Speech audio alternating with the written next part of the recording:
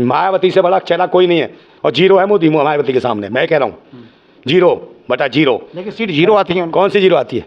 इनकी तो ईवीएम से आ रही है। 2014 में क्या हुआ था? ईवीएम से आ रही है। 2014 में क्या हुआ? किसका हो रहा था? 14 को छोड़ो ना, 14 के बाद तो तुम भी पैदा, बड़ा राज्य है उत्तर प्रदेश। हाँ 14 के बाद तो ये सब पैदा हुए हैं जितने भी अंधभक्त। मोदी जी से कर, मोदी क्या है मायावती जी के सामने? क्या है उसकी औकात? बताओ कितने वोट, क्या परिवार है उसका? परिवार तो देखा नहीं आपने। अगर इन्होंने शादी तो नहीं करी, बहन जी ने अकेले जिंदगी गुजार रही है। उसने तो शादी करके बीवी छोड़ दी। तो बताओ कौन सही है? बहन जी सही है कम से कम अपने देखती तो देख रही है, देख रही है। हाथरस कांड हो गया। अरे सब पे बोल लिया यार, तुम्हें आंदोलन किया उन्होंने, बोलनी है ना। कहाँ आंदोलन? अरे टूट के आंदोलन थोड़ी करने आएगी, टूट से लड़ाई चल रही है क्या? कर रही है, आवाज उठाती है भाई। उतना बड़ा नेता अगर बोल देता बहुत बड़ी बात। इसमें सबसे बड़ी ताकत के रूप में किसे देखते हैं बीजेपी के बाद में? भाई मैं तो कह रहा हूँ सपा है, बसपा है, ये दोनों है ताकत। दोनों ताकत है। वोट बिखराव है ना।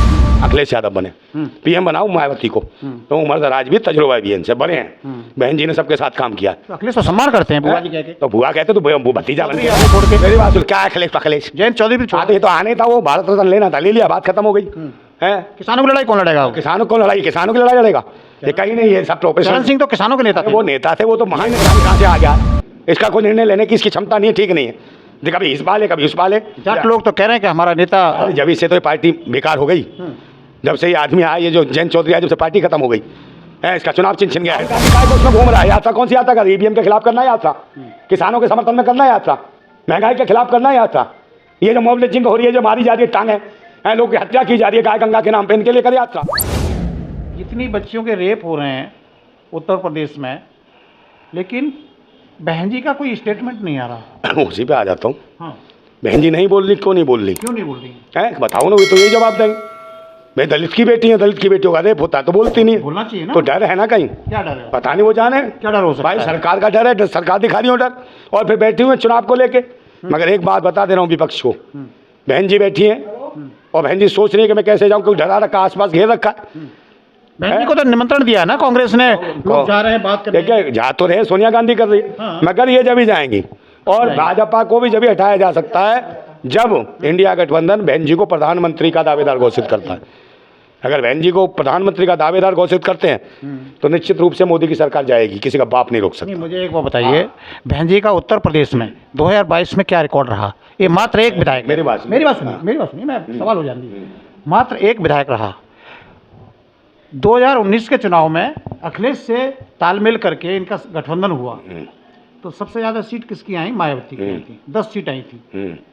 और उसके बाद 2014 में वो 0 थी, 0 से 10 पर वो आ गई अखिलेश के साथ गठबंधन करके। सुनिए, सुन लो, 10 पर आ गई। तो बहन जी क्यों नहीं सोच रही हैं कि अब इनको क्या लग रहा है, अकेले ये क्या कितनी सीट ले आएंगी? जो अकेले की घोषणा कर रही हैं कि हम अकेले लड़ेंगे। उन्होंने ट्वीट किया है कि हम हर जगह, हर स्टेट में अकेले हम लड़ेंगे। इधर आओ, अकेले नहीं लड़ेंगी।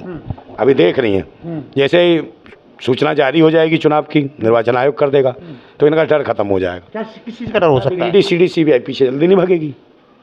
तो इन्होंने क्या किया है? कुछ नहीं किया हुआ, सरकार ने तो डरा ही रखा है। तो अखिलेश भी डरे हुए हैं। अखिलेश क्यों नहीं बोलते खुल के जब आती है तो? पीडीए कहाँ गया? पिछवाड़े में घुस गया पीडीए। अभी राज्यसभा किसको थी पीडीए में? पूछो अखिलेश यादव से। चिल्लाते पीडीए पीडीए पीडीए है। जया बच्चन तुम्हारे घर की वो है ना, तुम्हारी सासू माँ अम्मा है क्या जया बच्चन? ये पीडीए में आती है? जवाब दो ना। और जो सीट हारा वो पीडीए में आता था क्या? हरवा दिया ना उसे।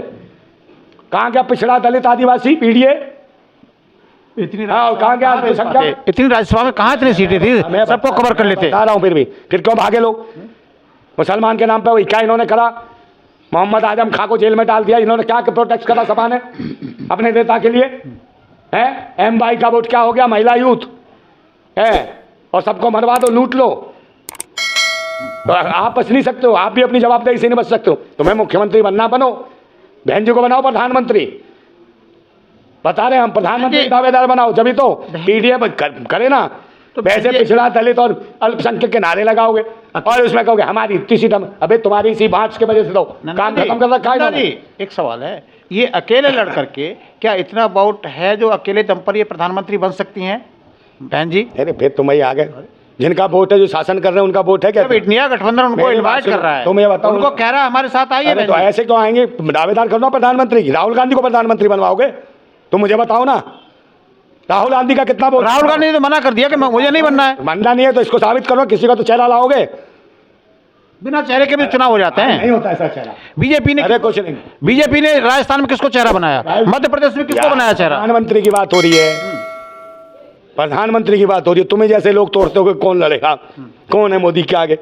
मायावती से बड़ा चेहरा कोई नहीं है, और जीरो है मोदी मायावती के सामने। मैं कह रहा हूँ 0/0। लेकिन सीट 0 आती है उनको। कौन सी 0 आती है? इनकी तो ईवीएम से आ रही है। 2014 में क्या हुआ था? ईवीएम से आ रही है। 2014 में क्या हुआ? किसका हो रहा था? 14 को छोड़ो ना, 14 के बाद तो तुम ही पैदा सबसे बड़ा राज्य है उत्तर प्रदेश। हाँ, 14 के बाद तो ये सब पैदा हुए हैं, जितने भी अंधभक्त हैं भूतनी के। 14 से पहले भारत था ही नहीं। मायावती की तुलना और मोदी जी से कर। अरे मोदी क्या है मायावती जी के सामने? क्या है उसकी औकात? बताओ कितने वोट, क्या परिवार है उसका? परिवार तो इनका भी नहीं है। उत्तर प्रदेश में देखा नहीं आपने? मगर इन्होंने शादी तो नहीं करी, बहन जी ने अकेले जिंदगी गुजार रही है। उसने तो शादी करके बीवी छोड़ दी। तो बताओ कौन सही है? बहन जी सही है, कम से कम अपने देखती तो है समाज को।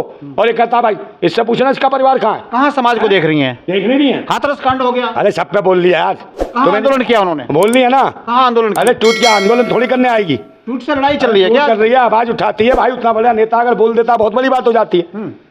बोला उन्होंने। सड़क पे कौन उतरेगा भाई? सड़क पे कौन उतरेगा? क्या सड़क पे उतरती रहेगी? बीमारी है, दवा है, दुनिया भर की चीज है। कार्यकर्ताओं को तो आदेश कर सकते। कार्यकर्ताओं को किया है आदेश भाई, और भी लगे, चंद्रशेखर रावण भी लगे हैं, सब लड़े हैं। उनकी तो पार्टी अलग है। बताओ अखिलेश ने क्या बोला?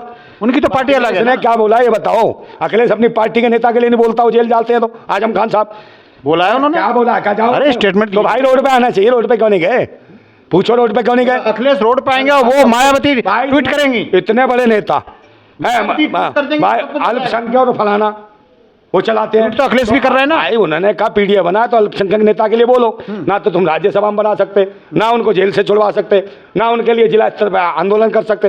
तो भाई तुम बनाओ ना, तुम ज्यादा बड़े हो तो। उत्तर प्रदेश में सबसे बड़ी ताकत के रूप में किसे देखते हैं बीजेपी के बाद में? भाई मैं तो कह रहा हूँ सपा है, बसपा है, ये दोनों है ताकत। दोनों ताकत है। किसी का वोट बिखरा हुआ, किसी का। भाई सीएम जो बने ना अखिलेश यादव बने, पीएम बनाओ मायावती को। तो उम्र भी तजुर्बा भी इनसे बड़े हैं। बहन जी ने सबके साथ काम किया। तो अखिलेश तो सम्मान करते हैं बुआ जी कह के। तो बुआ कहते तो भतीजा बन के रहा है। अब ये थोड़ी है कि भाई तू इतनी सीटें ले आ, जितनी सीटें कम ले लेंगी बहन जी, मगर प्रधानमंत्री का दावेदार करो। सीटें लोकसभा की कम मांग लेंगी, आप कम दे दो, 17 दे दो सीटें, 11 सीट मत दो। मगर वो ना प्रधानमंत्री का काम आए तो सही वो आ तो रही है भाई। अरे आ रही है भाई, मैं कह रहा हूँ तुम घोषणा तो करो। क्यों नहीं कह रहे हो हाँ प्रधानमंत्री की दावेदार रखेंगे? आओ गठबंधन में आ जाएंगे तो यार ऐसे थोड़े गठबंधन में, क्या ठगबंधन बैठे हैं? अभी तो किसी की घोषणा हुई नहीं है। वो क्या ना उसकी मट्टी खराब कर दी तुमने। किसकी कर दी ना? नीतीश कुमार की। वो चेहरा बना रहे थे, राहुल गांधी ने क्या करा? अरे ये कैसे चलेगा? उसको जब तक भाजपा में नहीं पहुंचवा दिया तब तक राहुल गांधी सामने नहीं आया खुल के। जब से इतला रहा था, जब से वो इसका विरोध किया था, किसका? अखिलेश का बेइज्जती नहीं करी थी मध्य प्रदेश में? क्या है अखिलेश पखिलेश? जयंत चौधरी आगे छोड़ के। मेरी बात सुन, क्या है अखिलेश पखिलेश? जयंत चौधरी भी छोड़। ये तो आने था, वो भारत रत्न लेना था, ले लिया, बात खत्म हो गई है। किसानों की लड़ाई कौन लड़ेगा? किसानों को लड़ाई, किसानों की लड़ाई लड़ेगा? देखा ही नहीं, ये सब प्रोफेसर। चरण सिंह तो किसानों के नेता थे। वो नेता थे, वो तो महान नेता थे। ये पता नहीं कहाँ से आ गया। इसका कोई निर्णय लेने की इसकी क्षमता नहीं है, ठीक नहीं है। कभी इस बाले कभी उस बाले। जाट लोग तो कह रहे हैं कि हमारा नेता। जब इससे तो ये पार्टी बेकार हो गई, जब से ये आदमी आया, ये जो जयंत चौधरी आया, जब से पार्टी खत्म हो गई है। इसका चुनाव चिन्ह छिन गया, हेडपंप। अखिलेश 7 सीट दे रहे थे, या दो सीट पर संतुष्ट हो गए। अखिलेश क्या जाने क्या दे रहा है, ये क्या ले रहा है? हमें अखिलेश से क्या लेना? हमें तो क्या परिवर्तन चाहिए। ईवीएम के खिलाफ बोलो, रोड पे आओ। फटती है क्या अखिलेश की? है दिमाग की नस? आज किया है कार्यालय पे, आपको पता है? आज स्टार्ट किया है। इसमें करो, केंद्रीय कार्यालय पे। अरे प्रदेश में करो भाई। जिसे जो लगता है देश बचाना है, तो से जरूरत नहीं कि भाई बहन जी आएंगे तभी करूंगा, फलाना आएगा जब। ईवीएम का तो अखिलेश उठाते रहते हैं मुद्दे को। अरे उठा क्या उठाओ, रोड पे आओ। राहुल गांधी क्यों नहीं उठा रहा? वहाँ कौन सी दुकान चला रहा है? वो भी कहते हैं। कहीं नहीं कहता उसने एक शब्द बात नहीं कहा ईवीएम का। बहन जी ट्वीट करके सब कुछ कर देती हैं। अरे बहन जी तो इसके बहुत कुछ करा। बहन जी ने बहुत बार ईवीएम के लिए, अरे दादा लोकसभा के अंदर आवाज उठाई उन्होंने। सड़क पर नहीं आ रहे ना, पुरानी वीडियो उठाओ। सड़क पे क्या है? उसे बीमार है बेचारी, गला खराब है उसका, है, मगर वो काम कर रही है। अब सिस्टम पे चलेगा ना, काम करेगा। रोड पे आ जाओ, रोड पे आ जाओ। तुम्हारे कहने पे तुम उन्हीं के पीछे पड़ते हो जो ऐसे राष्ट्र के लिए काम करे, जो भारत के लिए काम करे, उनके पीछे पड़ोगे। किसको लाना चाहते हो रोड पर? कौन आए फिर? सब आए लोग। राहुल गांधी काय को उसमें घूम रहा है। यात्रा कौन सी यात्रा कर? ईवीएम के खिलाफ करना है यात्रा, किसानों के समर्थन में करना है यात्रा, महंगाई के खिलाफ करना है यात्रा। ये जो मॉब लिंचिंग हो रही है, जो मारी जा रही है टांगे, लोगों की हत्या की जा रही है गाय गंगा के नाम पे, इनके लिए करे यात्रा। उनके नेता दिग्विजय सिंह तो ईवीएम के खिलाफ है ना? अरे नेता कहीं दिग्विजय सिंह ने मुखिया की बात होती है। मुखिया को राष्ट्रीय अध्यक्ष है वो। अरे राहुल गांधी जब प्रधानमंत्री के रूप में पेश कर रहे हैं। अरे कहाँ हुआ है भाई? वो तो मना कर चुके हैं। तुम पत्रकार नहीं हो, बेकार हो। मुझे नहीं बनना यार। जब वो कह रहा था क्या खड़के कह रहा था मुझे नहीं बनना, हमारे राहुल जी हैं। राहुल जी भी कह रहे हैं कि नहीं मुझे बनना नहीं। अरे नहीं बनना तो फिर काय को यात्रा कर रहा है, काय को मतलब पप्पू है तो पप्पू रहे, त्याग कर रहे हैं वो। त्याग कर रहा तो कहते बहन जी आए, जब इतना ही त्याग का शौक है बोल दे अखिलेश यादव आ जाए सोनिया प्रधानमंत्री। गांधी ने पद ठुकराया था। एक अखिलेश यादव को कहते प्रधानमंत्री बनेंगे, जब तुझे तो बनना नहीं है, हिम्मत नहीं है इनकी।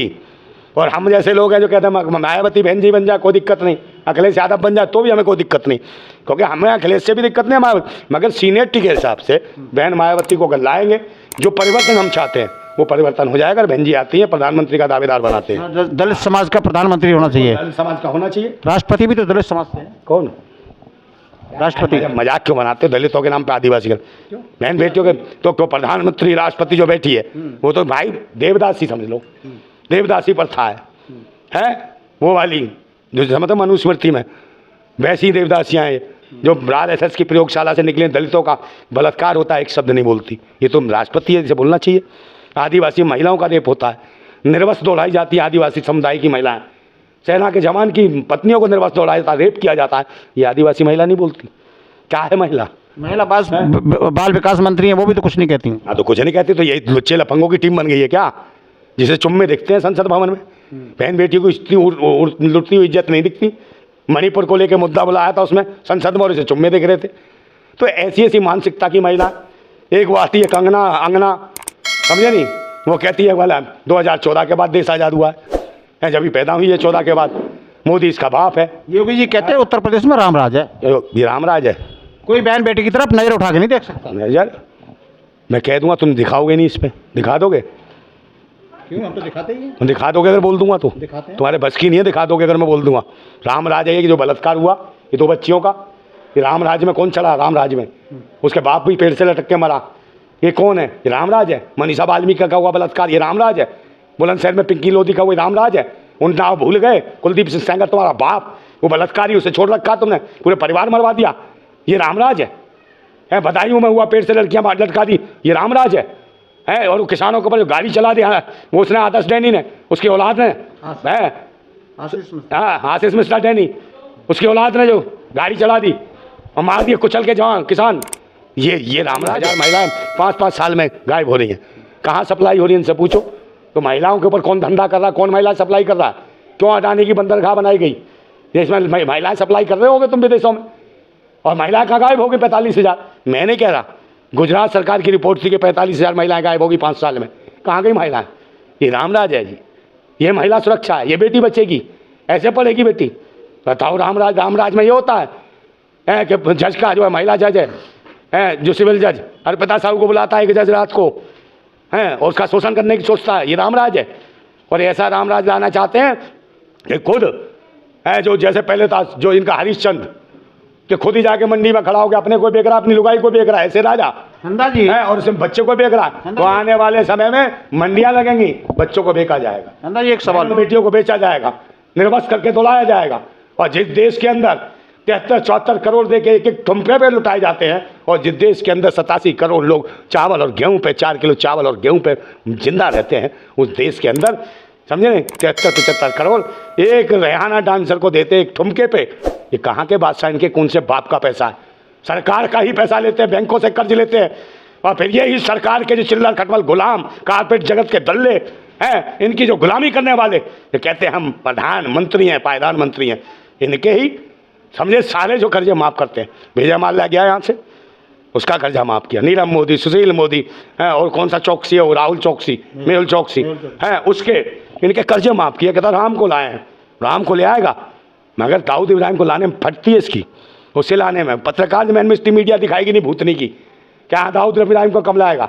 नीरव मोदी को नहीं दिखाएगी, समझे नहीं, सुशील मोदी को, इनको किसी को नहीं दिखाएगी, विजय माल्या को नहीं दिखाएगी। इनका डीएनए चेक करो, क्या यही गरीबी रेखा से अमीर रेखा मिला है? 9-9, 10-10 हज़ार करोड़ रुपए माफ़ किए इनके, और गरीब किसान के मजदूर के अगर 10-20 हज़ार रुपये कर्ज ले लेता है, उसके मकान पर चस्पे लगा दिए जाते हैं, मकान छीन लिए जाते हैं, जेल में भेज दिया जाता है किसानों को, और आत्महत्या करने पर मजबूर किया जाता है। अगले दिन किसान पेड़ से लटका हुआ आत्महत्या कर देता है। ये देश के भाग्य विधाता का हाल है, ये अन्नदाता का हाल है। इनके शासन में ही कहते हैं रामराज। रामराज ने इस देश को गुलाम बना के ये मंडियाँ लगाएंगे, और उसके बाद लोगों को यहाँ से गुलामों को बेचेंगे, भारत के लोगों को। जब भुखमरी की कंगाल पे आ जाएंगे लोग, और जो गरीब रहेगा, भूखा रहेगा, उसको तो एक रोटी पे खरीद लेंगे। और चल रहा है ना, देख रहे हो कैसे लाइन में लगते हैं। अब पत्रकारों की स्थिति है कि आ रहे राहुल गांधी के पीछे 20,000 25,000 मांग के चल रहे हैं और खाना मिल रहा है, वहाँ सोशल मीडिया लगा रखी। तो क्या करें बेचारे पत्रकार, पढ़े लिखे बच्चों को सही जगह नौकरियाँ नहीं मिल रही, ईमानदारी से कुछ दिखा नहीं रहे। जिस लायक हैं वो हैं, मार्क्स कॉम किया, उनके माँ बाप ने 5-10 लाख रुपए खर्च किए, मास्टर की डिग्री की, मगर उनको रोजगार नहीं है। वो बेचारे यूट्यूबर्स बने फिरे और सरकार भी डराने में लगी है। तो जी बात बताओ, तो वो क्या करें? हाँ, तो पत्रकार ईमानदारी से क्या दिखाएगा? अब सवाल ले लो। हाँ, 2024 में इस देश का जो माहौल चल रहा है, कैसे देख रहे हैं? कुछ बदलाव होगा या? बिल्कुल नहीं होगा। हिंदू मुसलमान जैसे इंद्रलोक में हुआ है, हिंदू मुसलमान और इसी तरीके से मारकाट मचवाएंगे। 2024 के चुनाव तक ध्यान रखना देश के लोगों, कोई हिंदू मुसलमान से बचना, नहीं तो कत्ले काम तो तुम्हारे बच्चों का होगा जो मिडिल क्लास हैं, गरीब हैं। चाहे हिंदू मरे चाहे मुसलमान मरे, मत देश का इंसान मरेगा, देश का लाल मरेगा, देश की बहन बेटियां मरेंगी। मगर ये सियासतखोर हरामी, चाहे वो जो है पाखंडी ढोंगी, चाहे टोपी हो चाहे चुटियाँ हों, ये देश को मूर्ख बना रहे हैं। ये मंदिर मस्जिद के नाम पर लोगों की इज्जत लूट रहे हैं। और आज बचाने की ज़रूरत है। आप सब एक हो जाओ, हिंदू ना मुसलमान, सारे इंसान बन जाओ। जिस दिन इंसान बन जाओगे, कोई भी आपको छेड़ नहीं पाएगा, कोई भी आपको लड़वा नहीं पाएगा, कोई भी मंदिर मस्जिद के नाम पर इज्जत नहीं लूट पाएगा और देश आगे बढ़ सकता है। बहन बेटियों को बचाओ, मानवता को बचाओ, इन राक्षसों और दुष्टों को इस देश से भगाओ, ईवीएम को हटाओ और बैलेट पेपर पर चुनाव कराओ। देखना, ईवीएम गई तो समझ लेना भाजपा मर गई। ये हालत होने वाली है। और यही वजह है कि ईवीएम के खिलाफ कोई बोलना नहीं चाह रहा, और जो बोलता है उसके खिलाफ ईडी सीडी जांच एजेंसियां आज हमारे पीछे ही। देखिए, हमारे नाम से लेटर डाले जा रहे हैं, हमारे नाम से हिंदू राष्ट्र के नाम से समीकरण बना के जाति समीकरण दे भेजे जा रहे हैं। कौन भेज रहा है? भाजपा IT सेल के लोग पोस्ट कर करके भेज रहे हैं, मुझे बदनाम करने की कोशिश कर रहे हैं।